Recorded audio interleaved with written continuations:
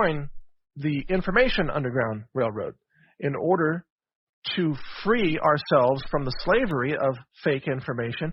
We are going to have to use alternative systems and alternative tunnels, just like Harriet Tubman used to get slaves out of slave plantation states and into the free states.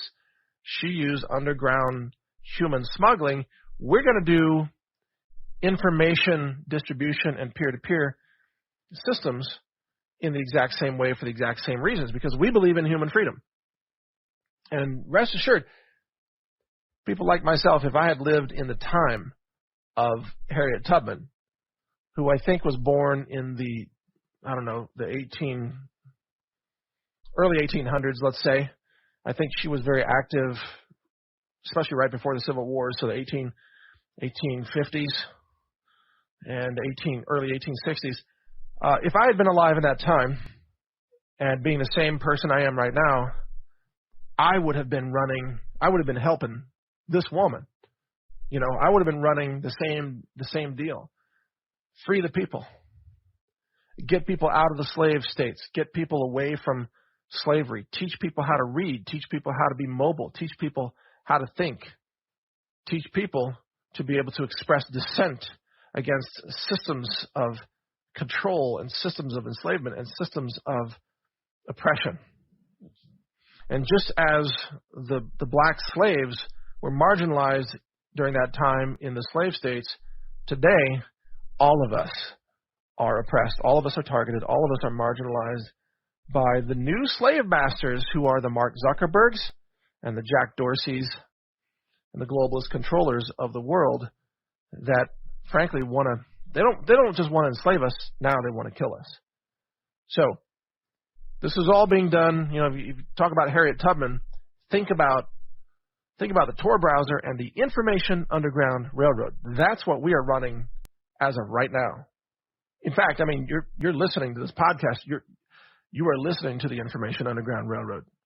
I have been banned everywhere, and even SoundCloud as of a couple of days ago. Banned everywhere. This is underground information. You are part of the pro-human resistance merely by listening to this. You have joined a movement that we could say was inspired by people like Harriet Tubman and her actions to set people free. That's exactly what we are doing today. We're just doing it online. And by the way, it may soon be happening in the real physical world, because remember I've said, get out of the Democrat cities and the Democrat states and the Democrat counties. Soon, when they bring down the false flag operation against conservatives and they try to enslave people with their new police state system, you're going to have to get smuggled out of these Democrat cities, just like the Underground Railroad of the 1850s. You're literally going to have to get smuggled. You're going to have to, fit in a giant suitcase or something to get out of there, because they're not going to want to let people escape. Everybody will be trying to get out of the blue states, or blue cities, I should say. All right, now, moving on to the scenario analysis that I promised. Here's what I see happening this year. There are what I would call 3 black swan type of events, or trigger events, that will lead to much the same outcome. And that outcome will be regional warfare and mass chaos. But the 3 swan or black swan events that seem most likely to me are, number 1, acts of engineered false flag terrorism domestically. So a major false flag operation, something on the scale of 9/11 or even bigger, perhaps something involving a dirty bomb, as I've already mentioned. These events will be engineered by the deep state or the globalists with the goals that I've already mentioned here to roll out their surveillance, police state system. So think massive false flag operation. Secondly, the second possibility is a systemic debt collapse. And I believe that event is, in fact, being engineered right now. A systemic debt collapse that would lead to, importantly, a plummeting of the popularity of Joe Biden down below 30%. That's right. And also, this would involve bank holidays, ATMs no longer functioning, freezing of bank transactions, or the ICE 9 scenario that James Rickards talks about in his many interviews. Basically, a freezing of the transactional capacity of banks and hedge funds and financial institutions, which would include online trading platforms, by the way. And just as a side note, if you think Robinhood is having trouble now, wait until people all try to get out of the market at the same time. Robinhood as a brokerage, my prediction is it will collapse in that scenario, and it will take your money down with it. That's my guess when that day comes. But a debt collapse event, I believe it's being engineered, and I believe this is, in fact, part of what the globalists want in terms of their global financial reset in order to crash the currency and force people into a global cryptocurrency system that they can monitor and control. But there are also white hat actors who want this event to take place because it would make Joe Biden very unpopular, and it would create the opportunity for military authority to finally assert itself and arrest the treasonous actors who led us to this outcome.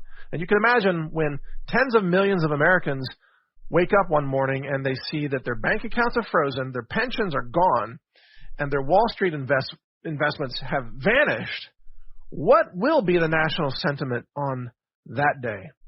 What will Joe Biden's ratings be on that day? How crazy will the country be, given that right now the rising stock market is about the only thing that many Americans have going for them? Everything else has crashed and cratered. Their local business, the people who are working on the oil pipeline lost their jobs. They're losing everything in life. The only thing they have is to log in to Robinhood and see their stocks going up, they think, even though it's all an illusion. If they wake up one day and that's gone too, it's going to drive millions of people to the brink of just snapping, basically. And that is going to lead to, well, these other ramifications such as regional warfare and chaos, because don't forget, the food stamps will stop working too. So you see the ability of the government to engage in its welfare transactions will also crater because, of course, food stamp transactions, which fail on any given day anyway, those go through the banks, those go through the transactional commerce platforms that are run by the very same banks that will be affected by the systemic freeze due to the debt collapse. So government will not be able to provide universal basic income payments as well as food stamp payments to the desperate masses. And just as you've seen, especially inner city populations, whenever things, when the police go home or whatever, what do? They riot and they start stealing big screen TVs and name brand sneakers. We saw this all last year with the Antifa and Black Lives Matter riots, right? Well, when the banking system freezes, this is going to happen in every city nationwide all at the same time. America will be plunged into chaos. So that's the second event, an economic debt collapse. The third event is international warfare, most likely with China. So we're on the verge of war with China right now. As you know, things were heating up with China before the election, and even after the election and before the inauguration, things were heating up. Pompeo was, taking it to him. And China's threatening Taiwan again. And there have been air incursions into Taiwan's airspace by Chinese planes, military planes. The United States is currently not backing off its posture with China in terms of its naval power. The United States continues to assert its authority to occupy disputed zones near China, the Taiwan Straits, for example, and the Spratly Islands and other such places. So this tension continues to exist. China, as you know, before the election, had already prepared, it was said to be 275,000 troops to invade the United States by land in conjunction with some other form of attack, such as the hidden container missile systems or an EMP weapon or perhaps some kind of attempted nuclear strike.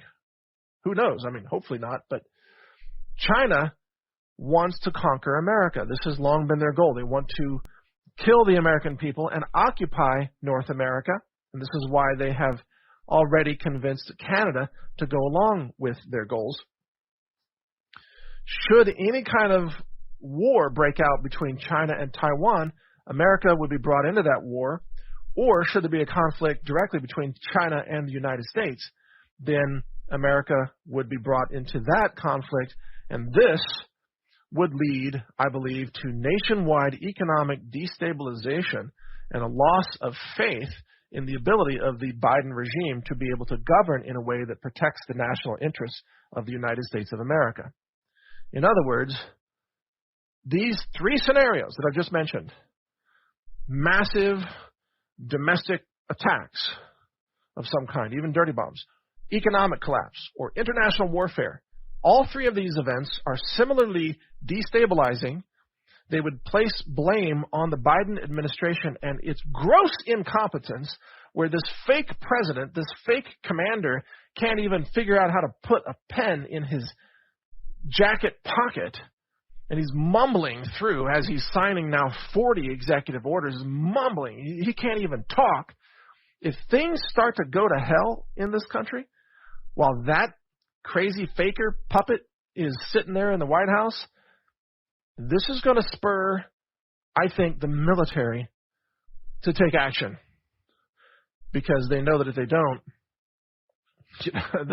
the people are not, they're just not going to put up with it, I would imagine. You're going to see secession. You're going to see protests nationwide.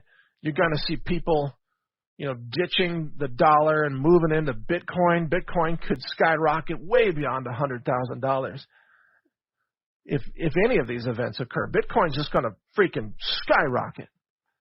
Who knows how high it could go? It depends on how much the dollar loses, frankly. But all of these events will be followed by regional warfare, lawlessness, and chaos.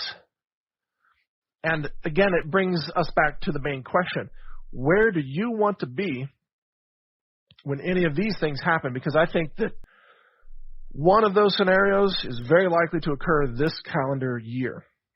So we've got about 11 months remaining. I imagine we're going to see one or more of those things happen. Now, the economic collapse, maybe they'll skate by this year. Maybe they'll be able to just keep printing money another year. But I'm not certain about that. There is a limit to how much fake money you can print. There is a limit, and we are rapidly approaching that limit. So think carefully about where you want to be and what you want to have access to in terms of firearms for self-defense or the types of ammunition that you can own. I was doing a little bit of research on that today. I found out, in many states, it's not even legal to own certain types of rifle ammunition that are used for hunting, such as rifle rounds that could also double as armor-piercing rounds, for example. Those kinds of rounds are very common in places like Texas or, Pennsylvania, places that have a history of hunting, or, Louisiana, wherever. But in a lot of blue states, you're not even allowed to own that kind of ammo. Now, of course, you have to go through an FFL to even purchase ammo in California, and that's if you could even find ammo, because it's sold out everywhere because there's a nationwide shortage of primers. and if you can find the ammo, you're going to pay now 500% in many cases more than what you paid a year ago. Think about that. That's crazy. So where do you want to be when this comes down? And the reason I mention this is because, remember, the globalists want crisis because they believe that that's the position from which they can more effectively assert their false authority and attempt to rule over you. But also there are many white hats, i.e. Trump loyalists still in sectors of finance and military and so on, who also want to see certain events that are destabilizing to the Biden regime because that will create the opportunity, they believe, for the military to assert its authority, buoyed by the popular shouting, from the people saying, we've had enough. We're suffering under Biden. This is insane. Get him out of there. And by the way, Kamala's no saint. She's not going to walk in there and suddenly everything's okay. So you see, there are elements of both sides of the political aisle here, or spectrum, that want to see some kind of major catastrophic event. That's the convergence that we're dealing with it should be pretty scary. Well, and it should spur all of us to prepare accordingly. And I'm not here to push fear. I do believe that most of us who are informed and prepared, we can survive. We can make it through this. And I want to help you do that. That's a lot of the reason why I have preparedness videos and so on. You can see those over at prepwithmike.com. If you want to check that out, prepwithmike.com.